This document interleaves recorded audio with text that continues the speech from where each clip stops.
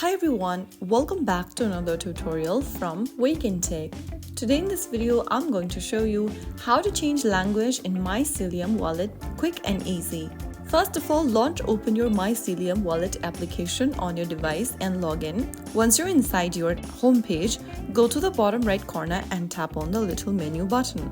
From the expanded menu, click on Language, and from the list of available language options, choose the language you want to change to for your interface. Tap on the language and tap on the tick mark at the top right corner, and this will change your language setting immediately. So that is how you can easily change your language setting in Mycelium Wallet so that you can use the app more comfortably, especially if you prefer a language other than English.